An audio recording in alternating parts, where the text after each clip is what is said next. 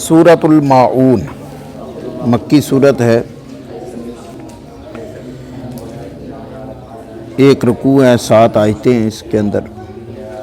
بسم اللہ الرحمن الرحیم۔ ارأیت الذی یکذب بالدین، کیا دیکھا آپ نے اس شخص کو جو قیامت کے دن کو جھٹلاتا ہے؟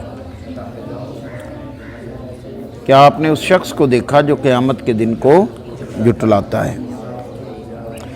ایک بات یاد رکھیں، جب یہ ایسا دن اللہ نے مقرر کیا ہے، قیامت کا دن، جس دن حساب کتاب ہونا ہے، دنیا کے اندر بندے نے رہتے ہوئے جو بھی کام کیے، اچھے کیے ان کا بھی حساب دینا ہے، برے کیے ان کا بھی حساب دینا ہے۔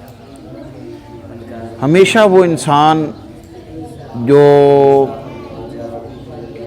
جواب دہی کی جس کو فکر نہیں ہوتی، وہ غلطیاں کرتا ہے۔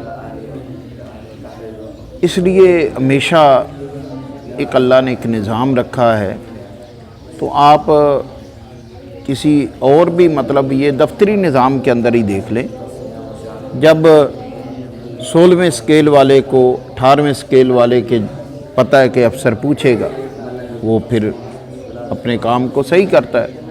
اسی طرح 18ویں اسکیل والے سے اوپر والا پوچھے گا، اس سے اوپر والا پوچھے گا۔